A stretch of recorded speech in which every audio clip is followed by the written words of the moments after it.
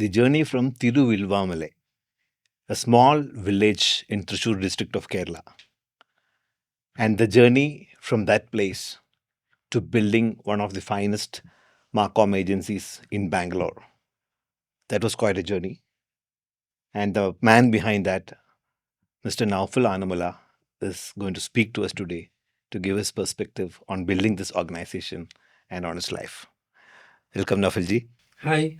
Thank you, Vipin. Yes, so I continue to call you Naful G in the interview because that's what we normally call. Yeah, So it's let the call be as natural as we go. yeah, very nice. Great. In fact, it was very important for the people, the younger generation, to know, the journey of an entrepreneur like you in building an organization. And maybe let's start with your childhood a little bit, very briefly. When you were growing in Tiruvilvamala, what kind of a person you were? What were your ambitions? What were your thoughts? Yeah, I'm the 11th child of my parents. We still proudly say that because those days, that's how the family system was there. And I just studied the school nearby. It's a government school. Start from nursery till 10th standard. Then later I went to college in Ottapalam NSS College, and then from there after that I studied Shornur and printing technology, and that's what my college and school about it. And then later, of course, as people say, every Mellu, the alternate destination is Dubai. So we tried a lot in the initial, immediately after my studies, didn't work out. And then I started working in a company, the locally like Trichur, Palakkad and all. I worked around 2 years after my studies. Then 96, I went to Bombay. We joined one of the biggest pre-media company in India, I would say. There joined as a trainee, so where we exposed a lot of latest technologies at that time, like color scanning, grading, then color correction, lot of thing. That time, Photoshop and all was just getting in. They were not really established during at that time, and that's how I started my career overall. So I think now I'm almost about 32 years in my career. Great. So when did you kind of decide that you want to move to Bangalore and start Honeycomb? I went to Delhi for another company called Visage Images. So they were the channel partner for Getty Images in Asia Pacific. So I was heading the production there. Then from Delhi, I've been there about 6 months' time. Then later, I moved back to Hyderabad. So there again, I worked around 1.5 to 2 years. And then I again came back to Bangalore after my Hyderabad. So I lived in all these metros and very fun, and always we enjoyed wherever we live. Then Hyderabad, I moved to Bangalore, and at Bangalore, that company I worked only for about a year, and then at the end of, I think I finished about 14, 15 months, and then they called me one of the day to the boardroom, and they said we don't need you from tomorrow on. But that was very panicking situation. Oh, I cried and I stepped down from there. And then I was thinking what to do next, and I was having very little money in my bank. So then few of my friends in Dubai, they said, why don't you start something as you lived in Bangalore for a long time? So I said, my bank balance is hardly anything. Then what do we do? They said, we will give you some 50,000 each. So four guys, my classmates. So they given me 2 lakh rupee as my paid up capital. My share was not there, only for some namesake. It was there initially, so 5,000 or something. And that's how we put a platform for Honeycomb Creative.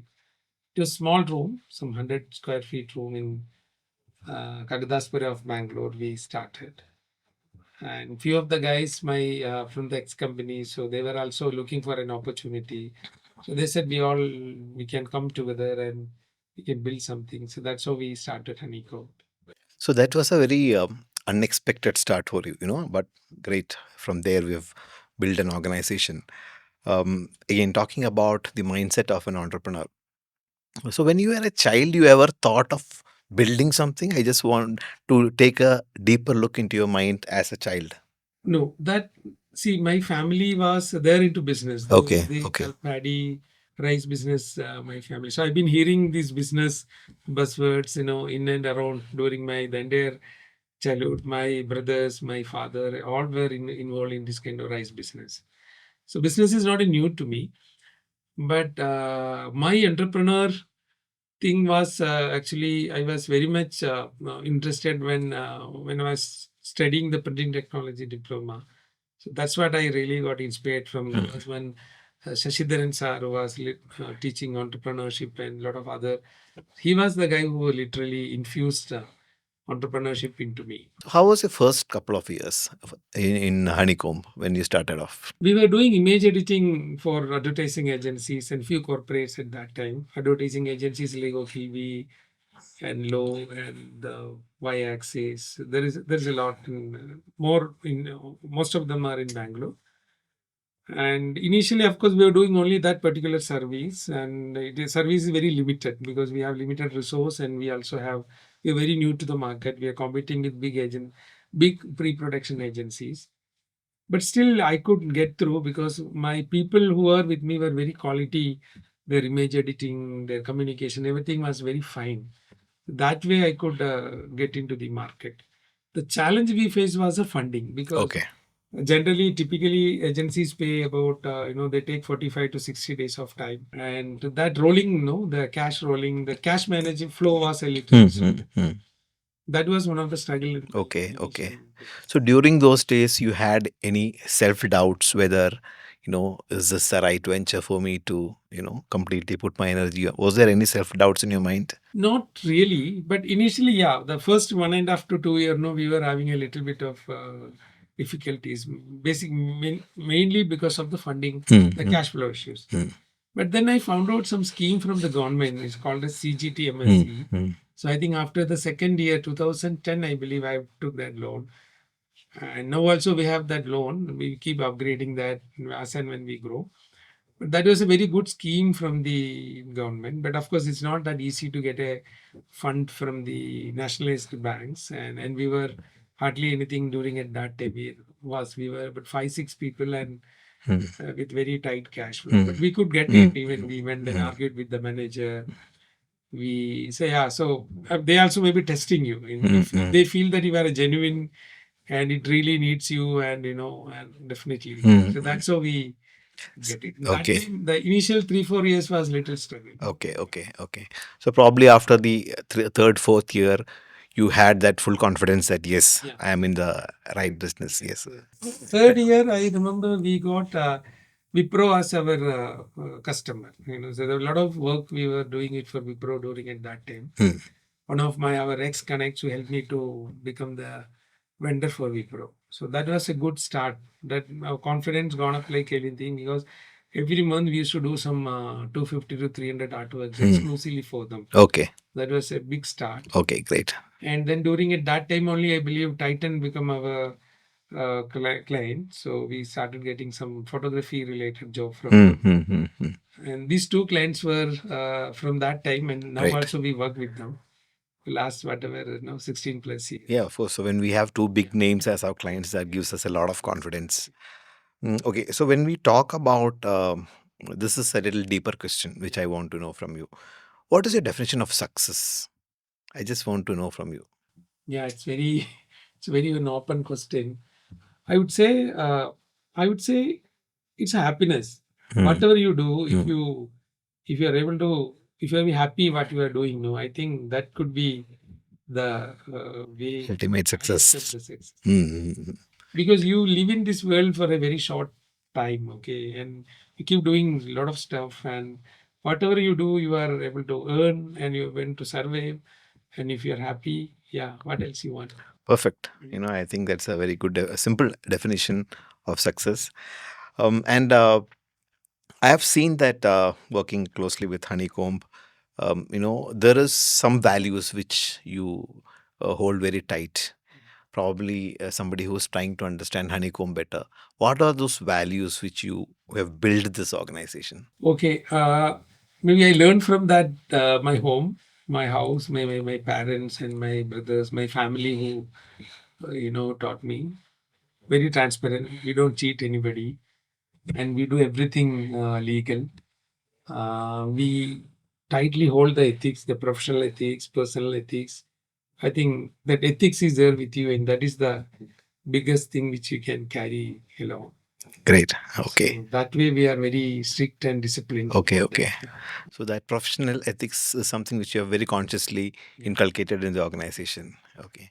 And I have also seen a lot of customer centricity, which you have been personally, giving importance. Probably that is one reason that, very large companies sticking to Honeycomb for more than a decade. So, do you have anything to add on your values of customer centricity, or how to keep customers with you? How you have done that successfully? Because it's not very common in the industry. Yeah, we retain the clients. We have very long-term retention with all the clients. There is nothing special about it. Only thing is, whenever there is you give your best to the, put your heart and give the service. That as simple as that.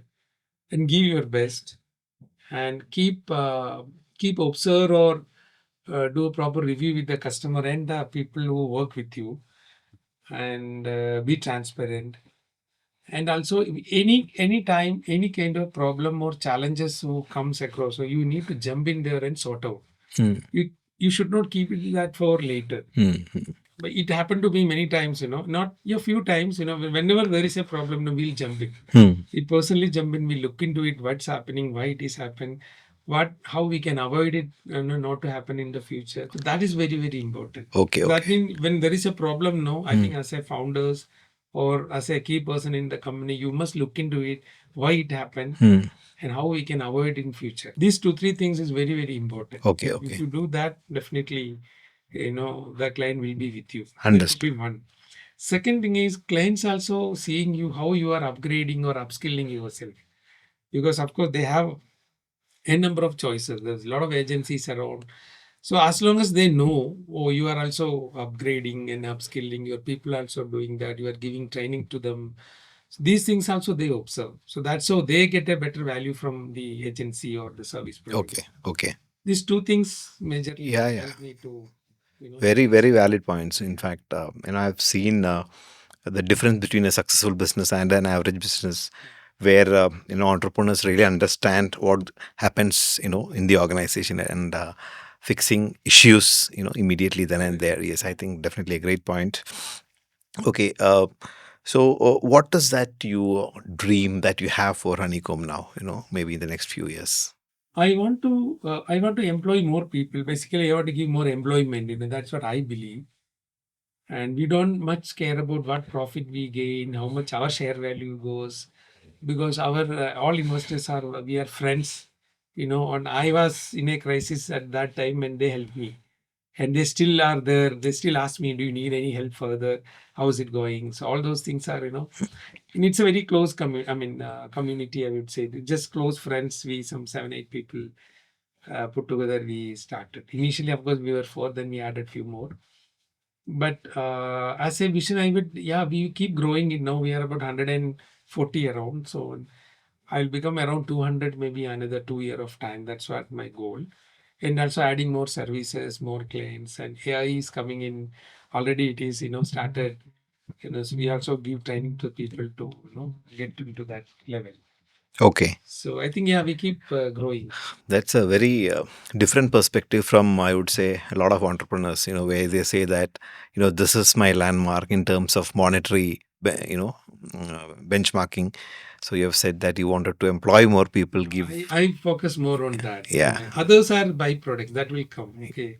Money, profit, and all will come. If you do things set on the right track, everything will fall in place. So doing right thing on right time is very important for me. So I keep doing it according to my industry, what is my client requirement, and what is my people need. So we look at all those things and we try to do that. Yeah. The rest will. Yeah, do the right things, and rest the money and the growth of the organization. Everything is a byproduct of the right efforts. Great.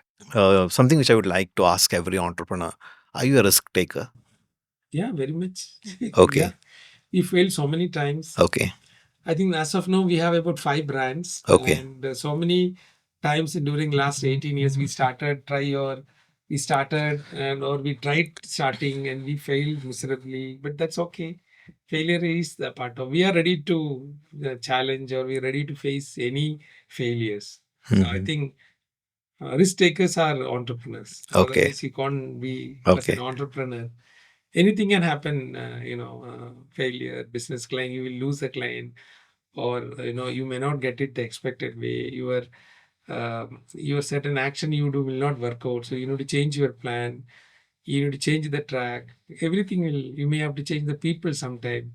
Of course, in our case, it's very rarely, but it will happen. Okay. It's bound to happen. So we are okay with that. It's part and parcel of the game.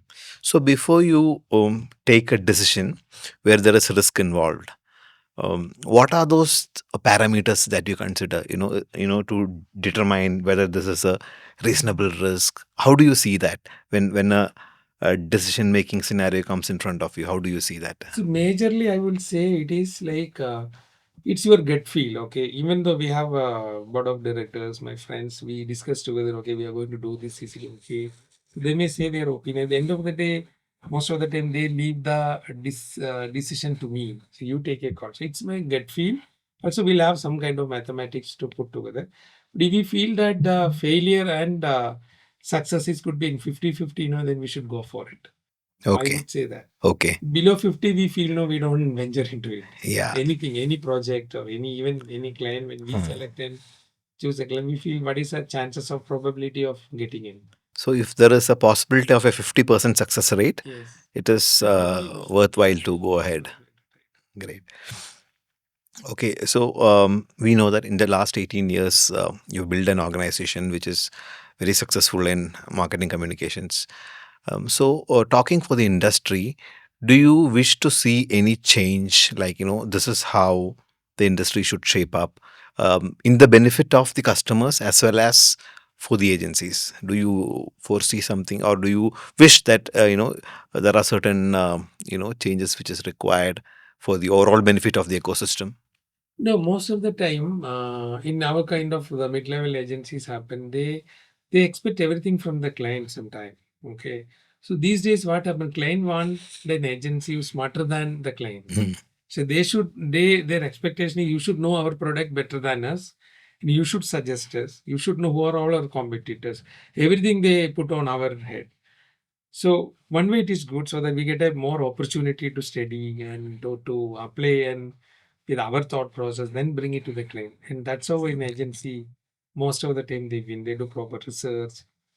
I think going forward, the trend what is happening is like, because of this AI coming into the picture, the more smarter you are, the more upskilling you do, the more things you learn, you should be able to survive. So I think that's what a message I wanted to give it to all my peers. Okay. Try to become smarter than the client on knowledge wise, skill wise, and definitely they will pick you. Very good. Even when I personally observe how Honeycomb is functioning, the importance given to training and upgrading the employees to make sure that they are equipped to meet the latest challenges. I think that's something which is really a strong point of the organization. When I view that, as a third person, if I may say so. Reshma ma'am, your better half, was a part of the entire journey. So, how much of her contribution, her role was there in building an organization like this? Yeah, it is very much. Initially, she was handling the admin for about few years, maybe about 4-5 years. Later, she wanted to start, her own, and that's what we started Mud Diaries, and where then it became Mud Car. So what we do there, so we do a design pots, the clay pots, and then we get it manufactured from various parts of India. Then we bring it in, we bring here in Bangalore, then we sell it online. So we help them, we help her, the Mudcart, we help them with some of the marketing activities. But otherwise, they are at their own food. And yeah, she helped me a lot, and especially initial days during admin. And as these days, is not much onto Honeycomb. But of course, we are better off. We do discuss certain things when it comes to the business decisions and all. Yeah, and I see that now Rahul, your son, is also, a integral part of the strategy team. Yeah. So the next generation is also, going to be a part of Honeycomb. Great. Yeah. No, I'm not sure. He studied in Christ University here, and he just wanted to experience how does agency work. So I said, you please come and see you know what's happening there, and he like the creative strategist role, so that's what he's playing there now. So, what is that legacy you would like to leave, Naful Ji? For instance, after many years, so this is what Mr. Noufel Anamala has built. So, what is that legacy you would like to leave? I would say that focus more on people, give value to the society. You live in a society, you born brought up in this society, so give it back. So that should be in every person. When you reach to a level like you started your you studied, you use all the government the country's facility, and then you started earning. So the moment comes to a level, you should give it back to the society. That's what we do. A lot of other activities. So give it back, give more employment. Even though your profit margin can be less, but take whatever possible and give it back. Give more employment, give more enterprises. Start something, which can be, give more employment. So that is what you should give it back to Okay. So, the that is how society. you would want to be remembered as a Yeah, person. yeah. Great. Probably one last question. I know that you are also into other businesses, which is successfully, running in Kerala. Would you like to brief a little bit about it? Yeah, so it's a house. I have my village, the Nadakkal. So born brought up there. So we have a house which is very old, about 75 plus year old. And after the family partition, the rights came to me for the house and little bit of land. And so we were going from Bangalore maybe once in 3 month kind of stuff. And my mother is there. So she said once, don't. And that time I felt it, as the frequencies, I'm not going in that frequency. It become like, nobody's there to attend. Mother, she's about around 90, 85, 92 in that time. And so I thought of, revamping the house. So she was telling, don't break it or don't demolish it.